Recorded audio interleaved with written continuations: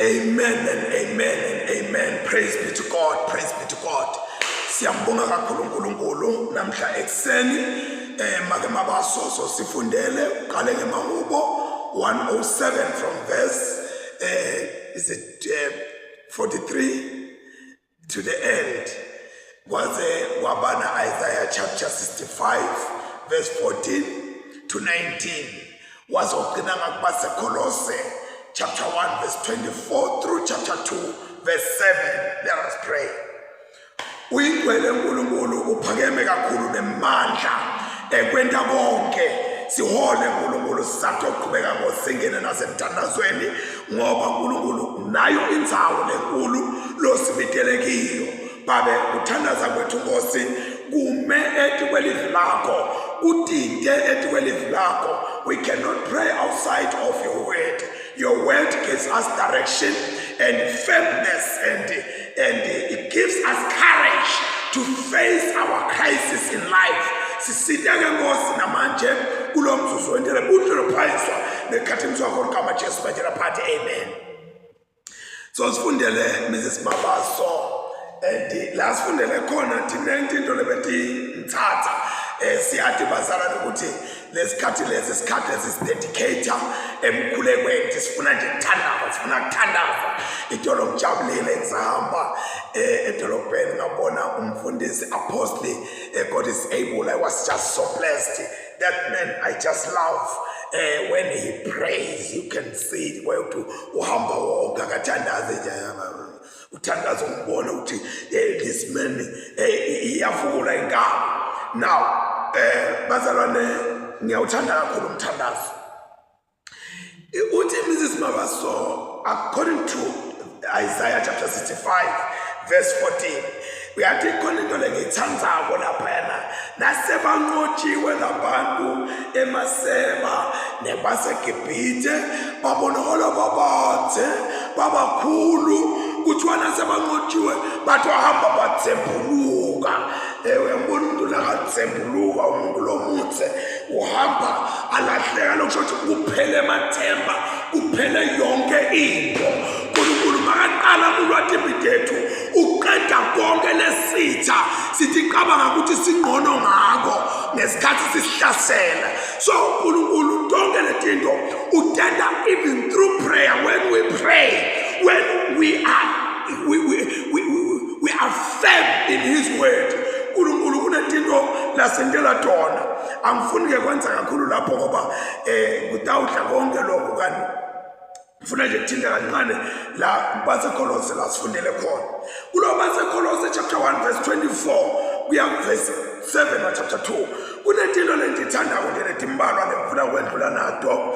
Kweqala lana uApostle Paul ubhalela ngishidile intolo ukuthi leli bandla lalibhalelako akazange sekalibone akali-establishanga yena kodwa la establishwa leli bandla ngilabanye labekasebenza nabo.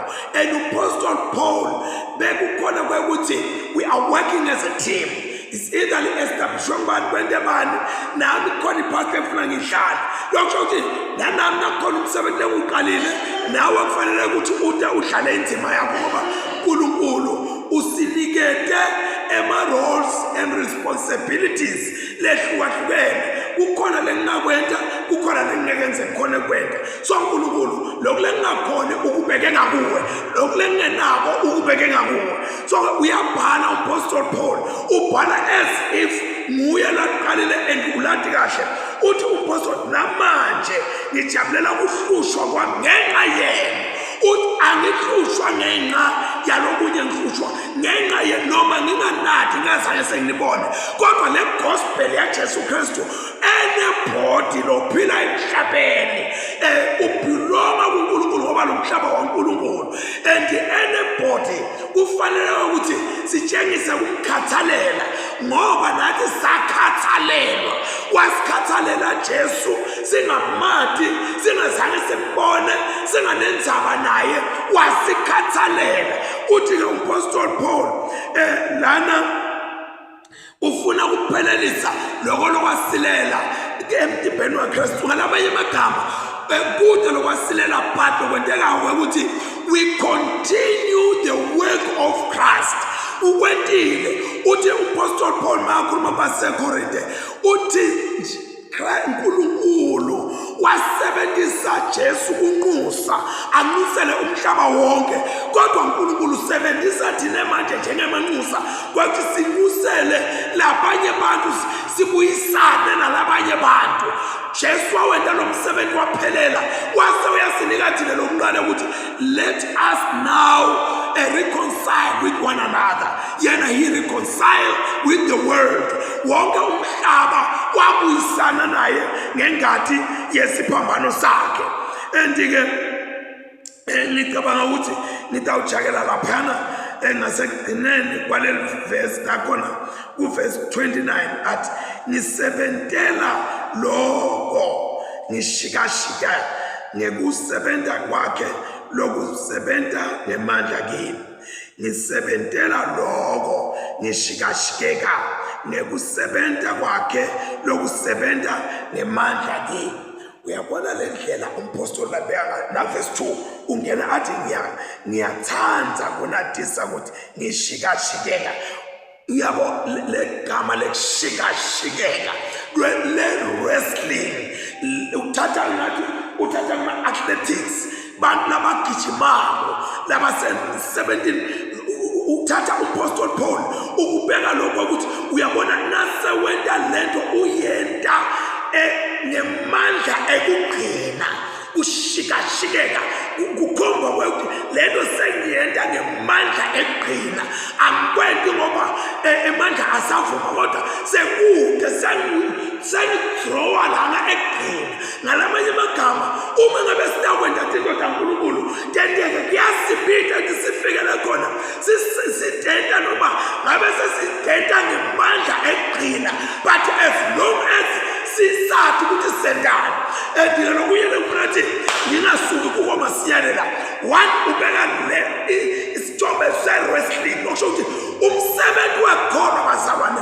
akusiyo into yokubamba uyiyekethise, akusiyo into yokubukelwa, akusiyo into yokuyikhuluma kodwa into longena kuyo even with your own effort, with your own understanding.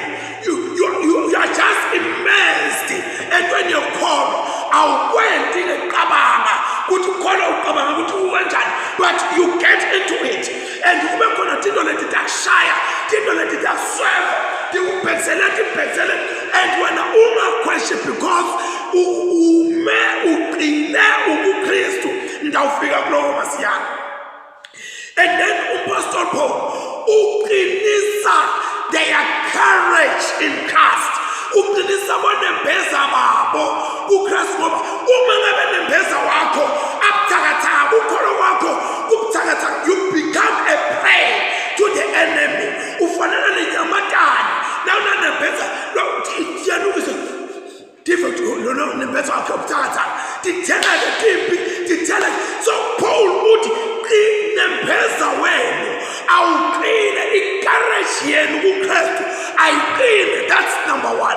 And number two, uApostle Paul ukhuluma ngehlanganyela la noma ngingasahambi verse by verse but ukhuluma ngeba united to unite. Bantu labangakahlangani sitha siyangena silethe imfundiso temanga. Uma ngabe we are not united kulula kukholwa ukuthi sibani ukhulume wathi ngawe.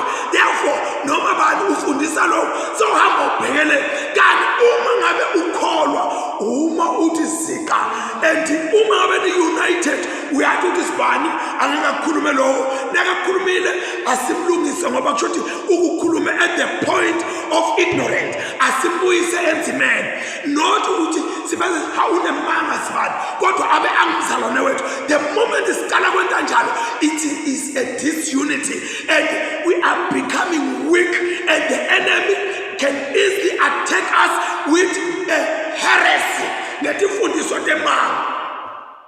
Angiphethe ke bazalwane lana ngokuthi uApostle Paul uveta lenye into lana bazalwane uveta indzaba like yekuma yini mu verse 5 uphi verse 5 noma ngingekho emkhathini wenu ngemdimba kodwa ngikhona ngemoya ngijabulela kubona kuhleleka kwenu. Uma ngabe khuluma ngekuhleleka abantu abahlelekile is like labantu beme emalayinini beme ngilole line lakhe lo line lakhe lokusho ukuthi ukukholwa kuyayi-involve indlela yokuthi udiphethe njani ume njani uhlelekile yini ngale ndlela lo ume ngayo.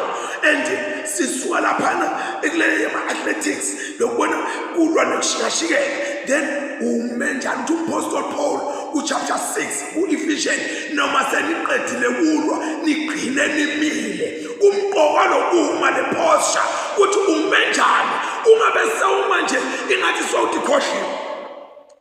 Uyaqhubeka ukhuluma lamagama ku-verse 6 lenijake phetha ngawuthi ngawo-ke njengobe senemukele inkosi Jesu Kristu hambani nikuye wani niyahleleka. Sisuka ku-wrestling siyahleleka sihamba sikuJesu. There is no way umuntu athi ukuthi hayi angeke phela sithandazela hayi asewume ngevesi sisakhuluma yasemangweni sihamba sikuJesu asiphumi kuJesu sisemangweni sisekhaya sise-ofisini sikhuluma indaba letinjani sikhuluma sikuJesu. There is no way we can do things outside of Christ. The moment sesiqala ukukholobana sibambana empinjeni sesiqala ukutshengisana wena ngiyakubonisa ukuthi ngibani mina, that we must know that we are now outside of him. Uthi sihamba sikuJesu hambani nikuye nisime nekugqila. Lana uletha ke manje an agricultural picture la khona akhuluma ngesihlahla lesinetimpande ngesingisi be rooted. Lokho ubhekile uNkulunkulu ukuthi etimeni titawufika tiyangoto kufike tihushuhushu kufike ini kufike nemanti lakhukhula masinyane uthi kodwa be rooted. Titawenteka letinto uNkulunkulu uyazi ukuthi lesimo lesikwehlelako bekufanele vele sikwehlele kodwa uNkulunkulu kukhona futhi labheke kuwe ukuthi are you rooted now? And then it's not only being rooted, it's also growing. Sihlahla sithi sinetimpande zisishona phansi sibe senkanjani sikhula futhi. Lokho kusho impilo ukuthi le mpilo lesiphila kuKristu ayibe impilo lengathiwa nakhulunywa ngayo ikushotwe sibani siyambona. And kukhula ke bazalwane ngingathathe kakhulu kukhula bazalwane na ufuna ukubona ukuthi uyakhula ngamoya ukhula kuvela ngekuthi usitela abanye bantu. You will not grow on your own. You grow when you are of help to others. Apostle Paul nishikashikeka ngenxa yenu ngisamaphelelisa naloko lokwasilela kuKristu ukuthi Paul was suffering not for himself but for others. Lokho kumpokwa kwekuthi we must suffer for others. Ungasho ngathi noma ngihluphekela wena ngathi noma mina kwenkela wena onke amalanga athi ukuthi yakho tiphiwa ngimi noma onke amalanga ngimi lengikukhelele manje asongiyekela. We grow when we are of service to others and it costs. Amen. And then uthi nakhelwe kuye nakhelwe. He is also bringing an image of a builder umakhi. Lokho ukuthi la kaKristu Jesu bazalwane kunemisebenzi leminengi lokufuna ukuthi utikhanze ungiyo ukukholwa kwakho ukubeka Christ as a cornerstone and to take the fish line and to carry the spirit level and yonke lento lena iphethwa nguwe ngoba ufuna into yakho yokukholwa ibe appetizing ibahehela abanye bantu kukholwa kwakho. It should be something when people they look at somebody's house kuthi waze wayakha indlu bayibone iyinhle lokana ayishape kahle bake bebe bayibuke lo mnyazi athi ngiyayifuna le ndlu le ngifuna kuyoyakha. Kodwa kwethu ufuna ukuthi labanye abantu bakuhawukele bakufise bakufune. Amen. Babelolo ngilese sibongile egameni lika Jesu Kristu weNazaretha.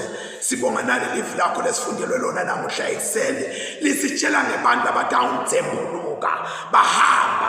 Lisitshela Nkosi ngekwakhela.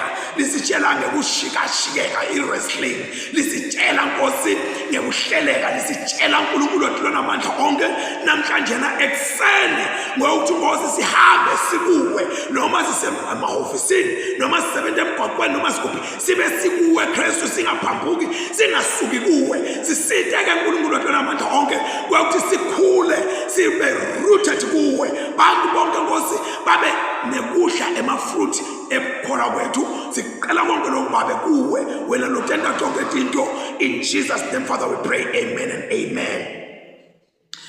May the good Lord continue to watch over us and bless us. May he make his face shine on us and be gracious to us.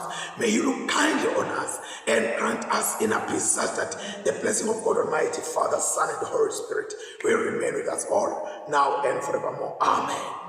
Siyabonga kakhulu bazalwane kule chance lena sesitawungena kulokulandzelako sithe emthandazweni bazalwane.